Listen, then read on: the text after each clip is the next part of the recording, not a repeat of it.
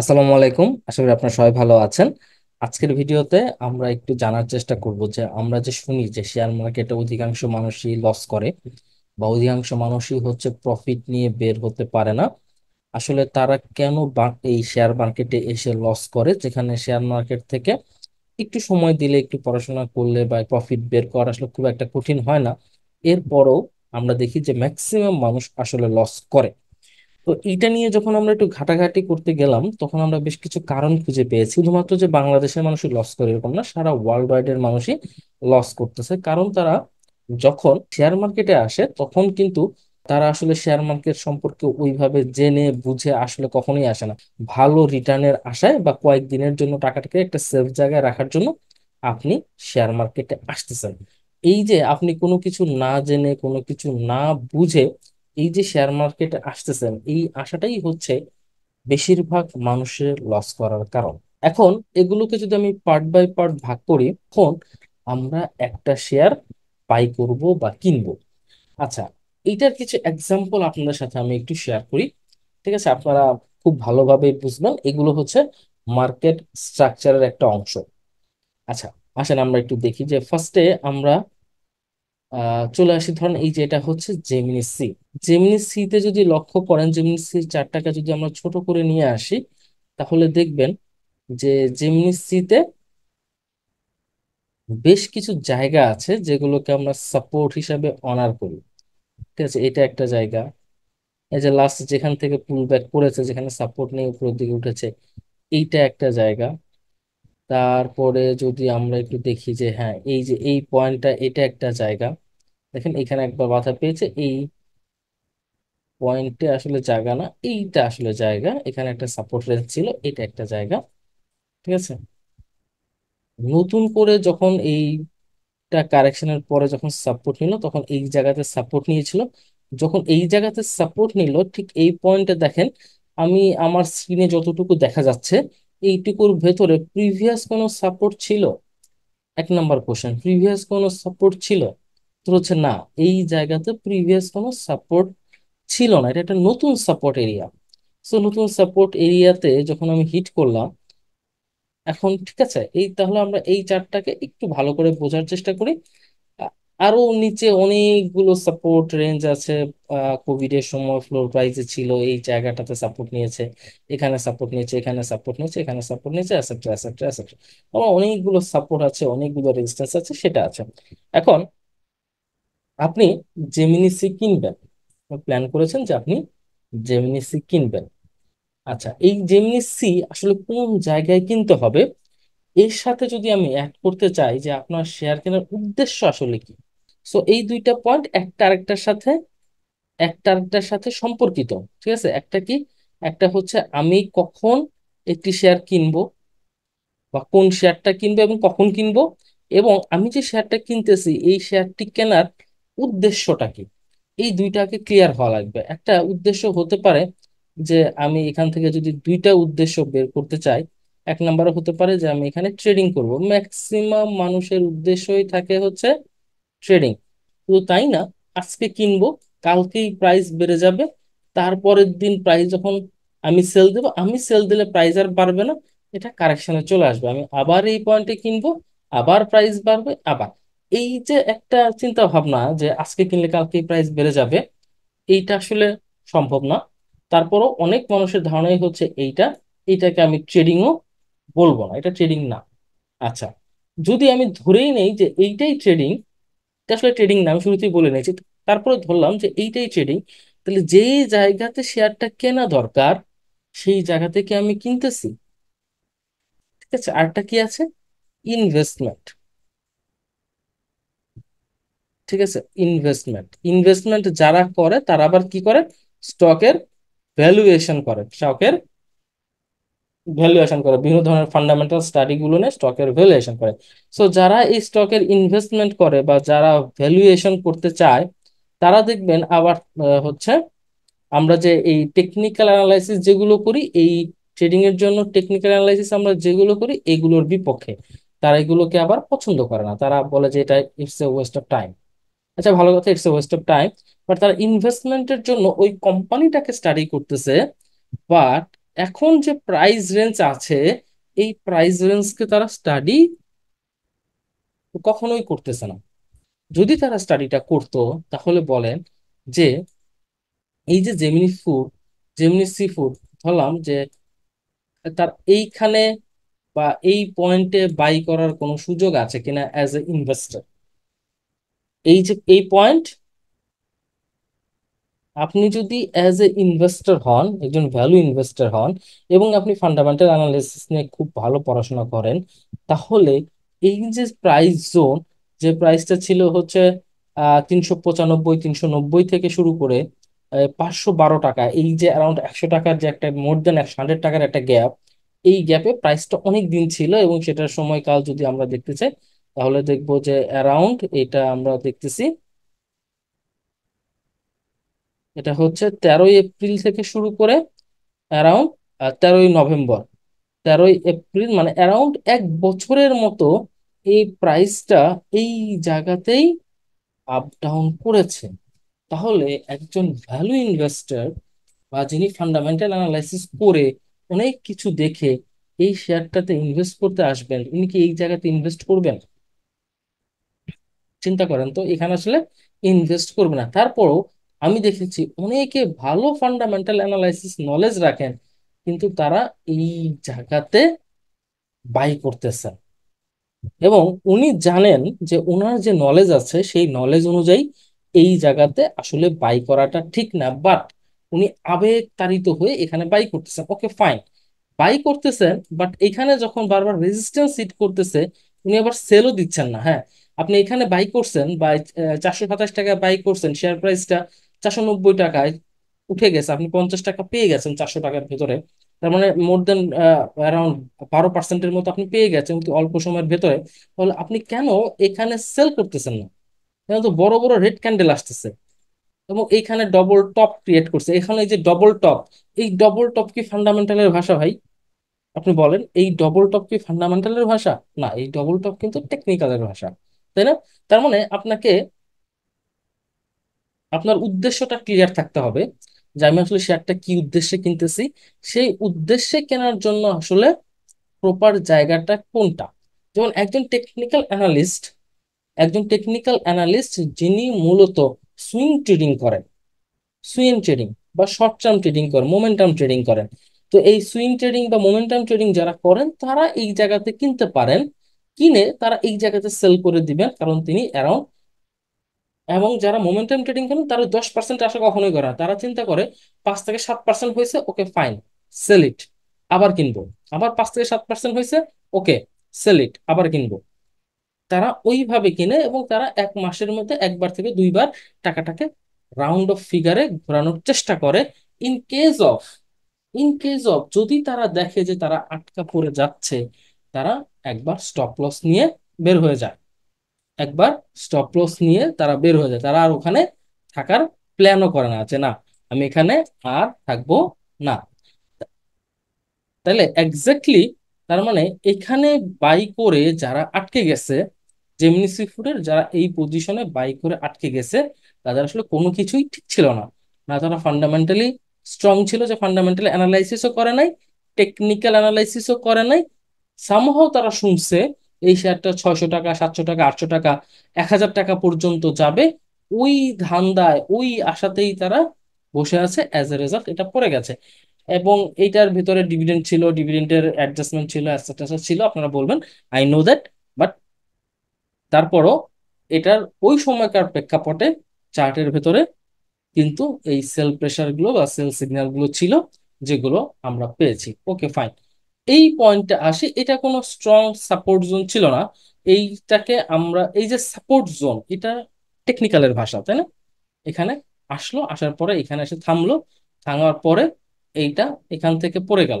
এখন এই যে এইটাকে দেখেন, এটাকে আমরা কিন্তু, আমরা যারা টেকনিক্যাল অ্যানালাইসিস করি বা জানি, ঠিক আছে, অনেকেই অনেক ধরনের ট্রেডিং করে, কিন্তু সমস্যাটা হচ্ছে প্রপার ইউটিলাইজেশন যেটা, সেটা আসলে কখনোই করা হয় না। যেমন ধরেন, এখন আমি একটু কথা বলবো আর কি।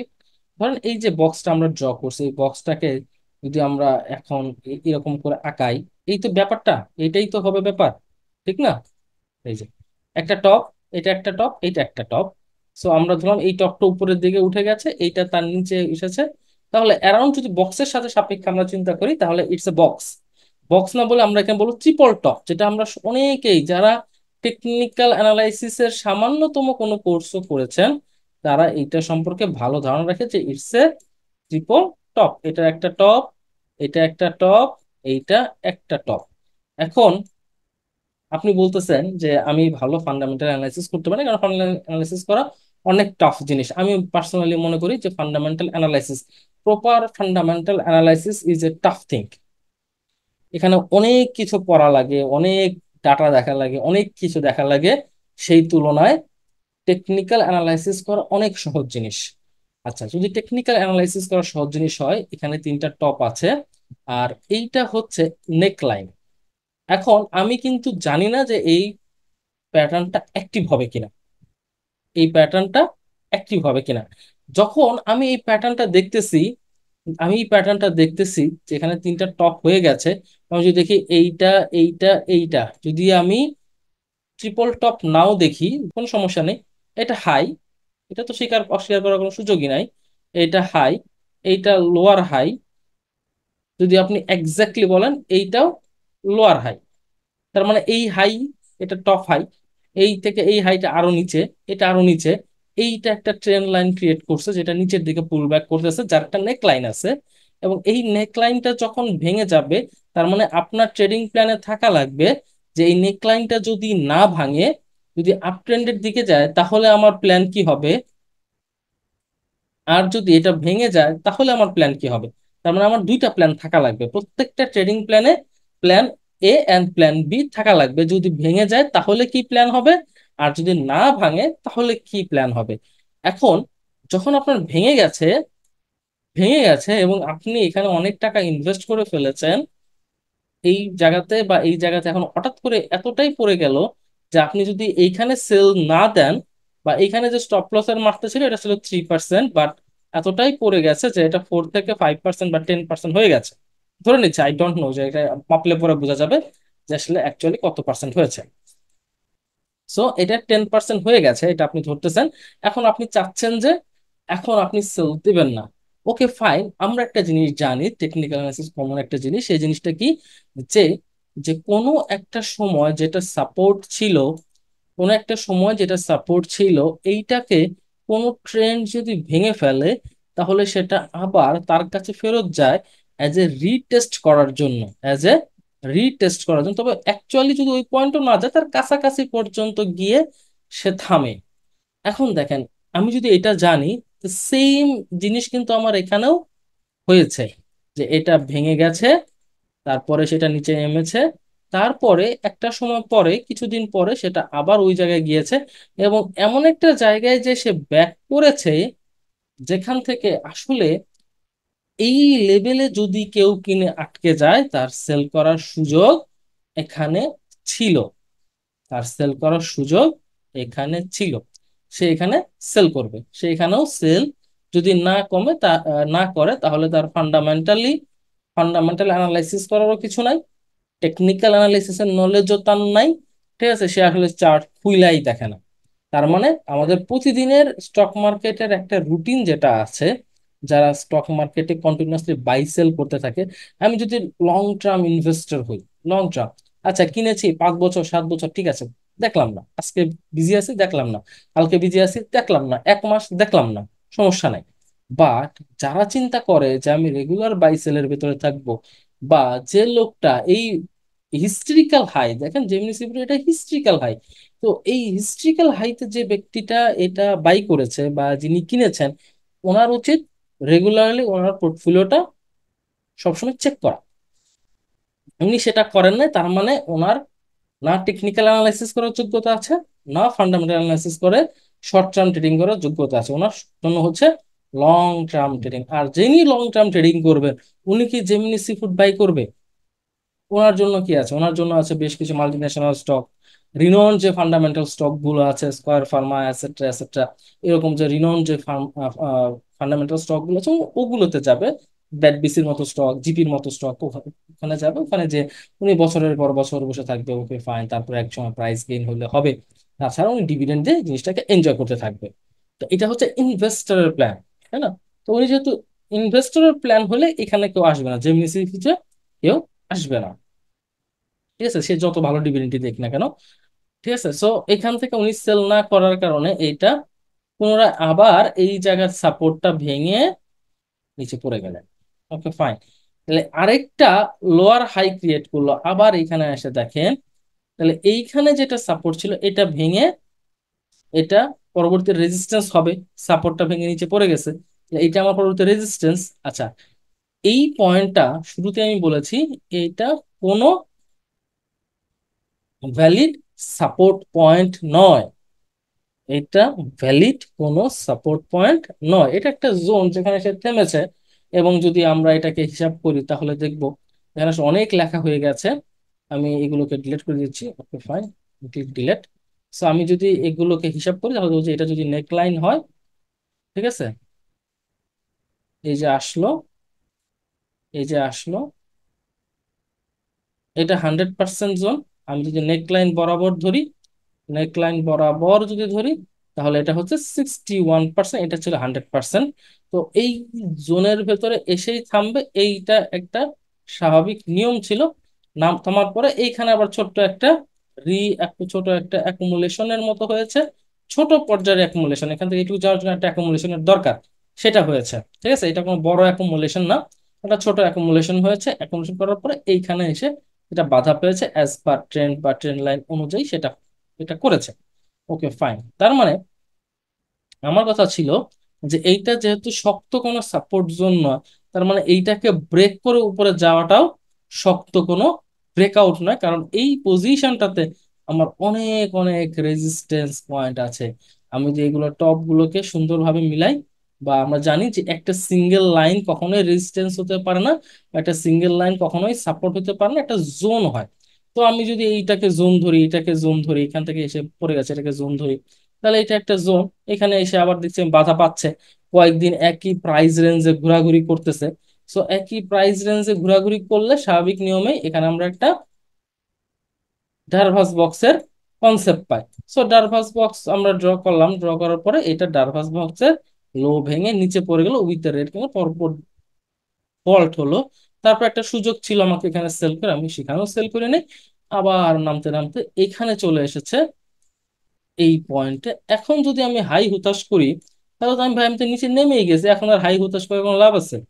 এখন হাই হুতাশ করার একটাই ইয়ে আছে, যে আবার যখন একটু ধৈর্য ধরে নেমে আবার যখন উপরের দিকে যাবে তখন এটাকে সেল দেওয়া, এই তো প্রসেস। কিন্তু ওই যে বললাম শুরুতেই যে আমরা কোনো উদ্দেশ্য থাকে না আমাদের, কোনো কেনার বা বিক্রি করা, ট্রেডিং এর, ইনভেস্টমেন্টের কোনো প্ল্যান নাই, কোনো উদ্দেশ্য নাই।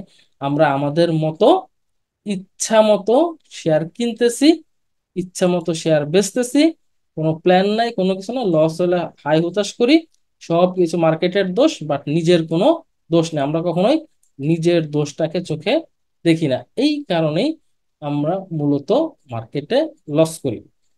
এখন উপায় কি? উপায় হচ্ছে একটাই, সেটা হচ্ছে যে আমরা যেন আমরা যেন প্রপার প্ল্যানিং এর সাথে, প্রপার প্ল্যানিং এর সাথে একটু পড়াশোনা করে, একটু পড়াশোনা করে প্রপার প্ল্যানিং এর সাথে আমরা যেন একটা শেয়ার বাই বা সেল করার সিদ্ধান্তগুলো নেই। প্রত্যেকটা শেয়ার বাই করার সময় আমার যেন একটা প্ল্যান থাকে যে আমি আসলে শেয়ারটাকে কেন কিনতেছি, কেন বেচতেছি, এখান থেকে আমার লাভ কি হলো, লস কি হলো, আমার উদ্দেশ্য ঠিক আছে কিনা। আমার যদি উদ্দেশ্য ঠিক থাকে সেটা তাহলে কেন ঠিক আছে, আর যদি উদ্দেশ্য ঠিক না থাকে তাহলে সেটা কেন ঠিক নাই। এই সবগুলো জিনিস আমাকে মাথায় রাখতে হবে। ওকে। আচ্ছা, আমি যদি এখন একটু সামারি করি, আমি আরো কিছু স্টক দেখবো, তবে তার আগে একটা সামারি করি যে আসলে মূল পয়েন্টগুলো আমরা আসলে কি বোঝাতে চেয়েছি সেটা একটু সবার সাথে আলোচনা করি। সেটা হচ্ছে যে বেশিরভাগ মানুষ কেন শেয়ার মার্কেটে লস করে, আমরা সেটা নিয়ে গবেষণা করতে গিয়ে দেখেছি যে কখনো একটি শেয়ার কিনতে হবে, মানে কখন কিনতে হবে সেটা সম্পর্কে আমাদের কোনো আইডিয়া নাই। ঠিক আছে, আমরা চাইলে টপে কিনতেছি, পারলে আবার এমন এমন জায়গায় কিনতেছি যেখানে আসলে সাপোর্ট পাওয়ার কথাই ছিল না। ওই কোনো রকম একটা সাপোর্ট পাইছে যেখানে মূলত যারা উপরে আটকে ছিল তারা এখন বের হয়ে যাবে, আমি ওই সময়টাতে যেয়ে আমি কিনতেছি, আমি ব্রেকআউট, ঠিক আছে, সাপোর্ট রেজিস্ট্যান্স টেস্ট রিটেস্ট, ঠিক আছে, support become resistance, resistance become support, এই যে টেকনিক্যাল জিনিসগুলো, এই টেকনিক্যাল জিনিসগুলা আসলে আমি জানি না। আপনি যদি মোটামুটি টাইপের একজন ট্রেডার বা মোটামুটি মিড টার্মের জন্য একজন ইনভেস্টর হইতে চান, মিড টার্ম বলবো কেন, 5 বছরের কম সময়টাকে আমরা বলি যে এটা আসলে ইনভেস্টমেন্ট না, এটা আসলে এক ধরনের লং টার্ম ট্রেডিং। 2 বছর পর্যন্ত ট্রেডিং হতে পারে, যে এখন কিনে রেখে দিলে আস্তে আস্তে আস্তে, তাহলে ওই যে প্রপার মার্কেট স্ট্রাকচার সম্পর্কে আপনার জানতে হবে। ওই যে মার্কেট স্ট্রাকচার সম্পর্কে জানা, মার্কেট স্ট্রাকচার সম্পর্কে, তার মানে একজন মানুষকে মোটামুটি বেসিসে ফান্ডামেন্টাল, মোটামুটি বেসিসে টেকনিক্যাল নলেজ গুলো রাখতে হবে। এটা হচ্ছে মেইন কথা। প্রপার ট্রেডিং প্ল্যান থাকতে হবে, আসলে আমি কি উদ্দেশ্যে কিনতেছি, কোথায় স্টপ লস আছে, কোথায় সাপোর্ট আছে, ওই সাপোর্টে গেলে আমি কি করব, আমি কয় টাকা শেয়ার কিনবো, কয় টাকা লস হলে আমি বেচবো, এটা আমি লস হলে বেচবোই না, কেন বেচবো না, আমি কি জায়গা মতো কিনেছি কিনা, অ্যাকুমুলেশন জোন ছিল কিনা, অ্যাকুমুলেশন জোনে যদি কিনি তাহলে আমার বেচার দরকার নাই, বাট আমি যদি ডিস্ট্রিবিউশন বা রি অ্যাকুমুলেশন জোনে কিনে থাকি, তার মানে এটা আবার অ্যাকুমুলেশন জোনে চলে আসার ক্যাপাসিটি রাখে। এই যে বিষয়গুলা, এই বিষয়গুলো সম্পর্কে আমার প্রপার আইডিয়া থাকে না, প্রপার প্ল্যানিংও থাকে না। ঠিক আছে, আরেকটা হচ্ছে টাকা হারানোর ভয়। আমি অ্যাকুমুলেশন জোনে কিনেছি, কিন্তু অ্যাকুমুলেশন জোনটা কোন জায়গা থেকে, 20 টাকা থেকে 30 টাকায়, টোটাল 10 টাকার যে গ্যাপ, এই 10 টাকাই হচ্ছে অ্যাকুমুলেশন জোন। এখন আমি কিনেছি 28 টাকায়, আমি ভয় পাচ্ছি শেয়ারটা আমার 20 টাকা আসবে কিনা, হ্যাঁ আসতে পারে। কারণ আপনি যদি অ্যাকুমুলেশন জোন না চিনেন, তাহলে আপনাকে কি করতে হবে, 20 টাকায় আসলে পরে 20 টাকাতে আবার এটা বাই করতে হবে। কিন্তু দেখা গেল যে একটা স্টকের অ্যাকুমুলেশন জোন হচ্ছে 15 থেকে 25 টাকা, আপনি হচ্ছে 25 টাকাতেই কিনেছেন। 25 টাকায় কেনার পরে যখন আবার 20 টাকায় আসতেছে, আপনি জানেন যে এটা 15 টাকা পর্যন্ত নামতে পারে, তারপর আবার 20 টাকাতে গিয়ে আপনি এটাকে এভারেজ করলেন। এই যে 20 টাকাতে এভারেজ করলেন, এটা আপনি কেন করলেন?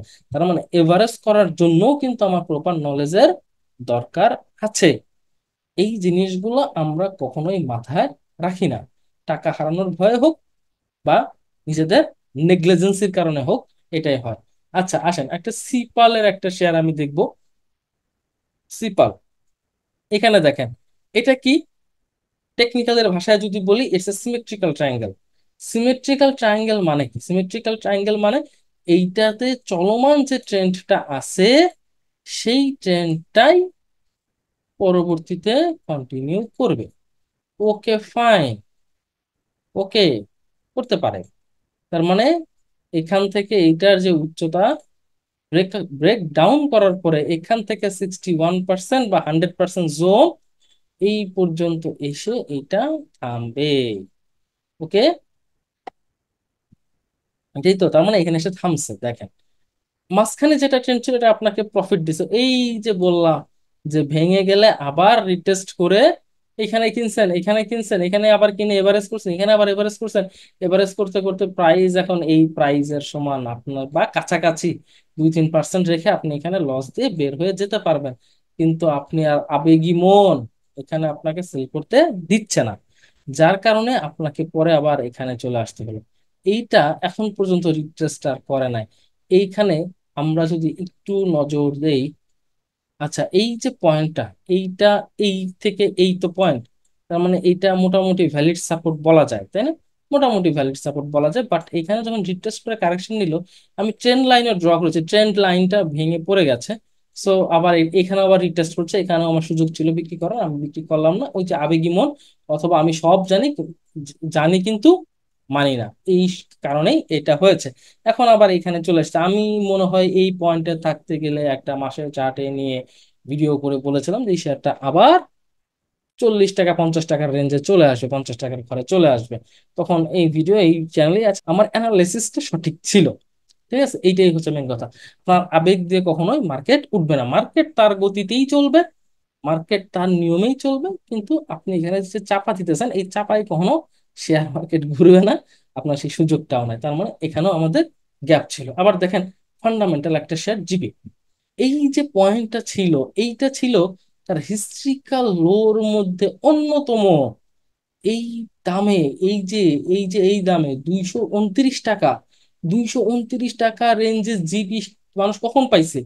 এখানে অনেক কয়েকটা দিন ছিল, এখানে মানুষ একদিন পাইছে, এইখানে দেখেন মাত্র একদিন পাইছে। তাছাড়া এই প্রাইজে মানুষ আর জিবি পায় নাই। এটা যদি দেখেন 2016 সালের পরে এই প্রাইসে জিপি কখনোই আসে না। এর থেকে লো প্রাইস হইতে পারে জিপির জন্য অ্যাজ এ গুড ফান্ডামেন্টাল স্টকের জন্য? বাংলাদেশের টেলিকম ইন্ডাস্ট্রিতে যদি কোনো একটা স্ট্রং শেয়ার থাকে, সেটা জিপি। এবং জিপি যেখানে এখানে ছিল সেখানে আমি শেয়ার কিনে নাই, আমি কিনছি পরে গিয়ে, ফাইন ডিভিডেন্ড নিছি, কোনো সমস্যা নেই। তাহলে এখানে আসলে আবার হাই হুতাশ কেন করবো? আমি তো ডিভিডেন্ড খেয়েছি 7 দিনও হয় নাই, আমি তো ডিভিডেন্ড খেয়েছি 7 দিনও হয় নাই। তাহলে কি করব? এটাকে আবার নিচে আসতে দিতে হবে। নিচে আসলে পরে আমি এই পয়েন্টে আসলে পরে এই যে গ্যাপ গুলো আছে, গ্যাপ গুলো যদি ফিল আপ করে, ফিল আপ করলে করলে এটা আবার তার হিস্ট্রিক্যাল যে লো প্রাইস সেটার কাছে চলে আসবে, এখন যেটা করছে। তো সেখানে চলে আসলে আমি আবার বাই করবো, এটা আবার উঠবে। আজকে উঠবে, কালকে উঠবে, না উঠলে পরশু উঠবে, তাহলে 1 বছর পরে উঠবে, না উঠলে ডিভিডেন্ড খাবো। ফান্ডামেন্টাল স্টকে যখন ইনভেস্ট করেন, ফান্ডামেন্টাল স্টকে যখন ট্রেডিং করেন, উদ্দেশ্য তো এটাই থাকে নাকি? যদি উদ্দেশ্য ভুল থাকে, উদ্দেশ্য চেঞ্জ করে নেন, এই ট্রেন্ডেই আসতে হবে। তাহলেই এখান থেকে প্রপার ম্যানেজমেন্টটা করতে পারবে। সো আমার মনে হয় যে আপনাদের অনেক কিছু বলেছি, অনেক কিছু ক্লিয়ার করেছি। এত কিছু বোঝার পরে যদি একটা প্রপার ট্রেড করতে পারেন, এইটার ভেতরেই আমার আসলে সার্থকতা। আমাদের একটা ট্রেডিং প্রোগ্রাম চলতেছে, আমাদের একটা ওয়ার্কশপ আছে। যারা আমাদের সাথে ওয়ার্কশপে যুক্ত হতে চান তারা আমাদের সাথে যোগাযোগ করতে পারেন ডেসক্রিপশনে, এবং পিন কমেন্টে আমাদের ওয়ার্কশপের একটা লিংক দেওয়া আছে। আচ্ছা, ছিল এই পর্যন্তই। সবাই সুস্থ থাকবেন, ভালো থাকবেন। আল্লাহ হাফেজ।